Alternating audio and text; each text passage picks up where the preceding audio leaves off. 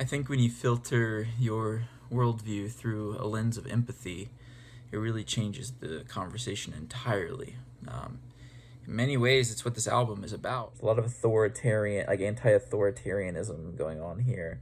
A lot of anarchy, kind of too, like hippie anarchy, but peace and love. I think a lot of people would write it off, and I understand why. So my album that's coming out May 29th. It's a Thursday. It's called Chemistry is Changing, and I love this name. I wish I came up with it all on my own. But I was inspired by a band called Beartooth. And I'd heard of people talk about this band, but I never listened to them. I saw a YouTube video reviewing a song of theirs called Might Love Myself, and I went to go check it out. I checked out the whole song, and there was a lyric in there that inspired the concept for this album. I think it's in the chorus, and it goes, chemistry is changing, emotions rearranging. And that just like grabbed me in a way. I was like, that's it. Like I'd already been like writing music in the same like line of thinking of like healing and learning to love yourself. Like I simultaneously, like it's a part of that healing process. I was like, that's a great concept for an album. Essentially your brain chemistry is changing. Chemistry is changing. Emotions rearrange. Chemistry is changing. It's a good idea for an album. It's a great lyric. Give credit where credit is due. Shout out to Beartooth. This album, the sounds on this album, like the sonic fusion that I was trying to create, really mixes a lot of styles and genres, which if you look at my Spotify history, you're going to see a lot of diversity there. I'm a huge fan of music in general. Stylistically, I enjoy writing things that feel unique to me.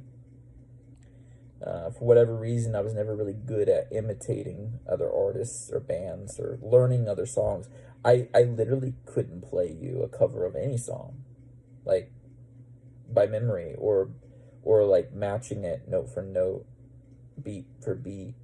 I have no idea how to imitate other musicians and artists. Even my own music, a lot of times it's hard for me to play it exactly the same way twice. Chords and rhythms and stuff, yes. But when it gets into more of the energy and the feeling, I'm not going to play a guitar solo the same way twice. I'm not going to play a drum part maybe the same exact way twice because I'm feeling it a little differently each time. And that's kind of how I approach writing too. I'm essentially whimsically waiting for the energy to hit right. And then when I feel it, and I let it be. I don't think that propels me into any sort of like unique significance. I'm not even sure there's a market for what I'm creating. In many ways, I have dysmorphia about my own music. I can't really hear it through any other set of ears or see it through any other lens except for my own. It's hard for me to kind of step outside myself and view it objectively. I'm sure there's elements of it that aren't very musical at all, or don't exactly like fit well, or maybe won't translate to the average music fan. I have no idea. I just know what I felt when I wrote these songs. I just know what I felt when I produced them and got the final mixes done. And I'm very proud of this album, and I can't wait to share it. Can't wait to continue telling my story. Empathy is kind of a huge buzzword right now. You hear it talked about right now a lot, right? And there's rhetoric around it being wrong even. Don't let people lie to you about empathy. Empathy is not wrong. Empathy is the pathway. I think the average person could give you a good idea, a general idea of what empathy means and its traditional definitions and concepts of how it kind of manifest in a lived experience. However, it feels to me like there isn't a lot of people that really deeply understand what feeling empathy deeply for the world around you actually like feel what it actually feels like. It's a level of sensitivity that I don't think is as rare as we want to believe. I think there's some people that may even experience it and they don't even realize how deeply they experience it. It's it is possible, I'm sure, to live a life where you experience it heavily, but kind of be unaware that that's not I don't want to say normal because there's no normal, but that it's not what everybody else always experiences. But empathy is the pathway. It is not the problem. So empathy is the pathway to love. I didn't clarify that. I don't mean to talk so quick. No one likes to be mistreated. So a part of love and the golden rule, as we call it, is learning to treat others the way you would want to be treated. Like, it's a very simple concept.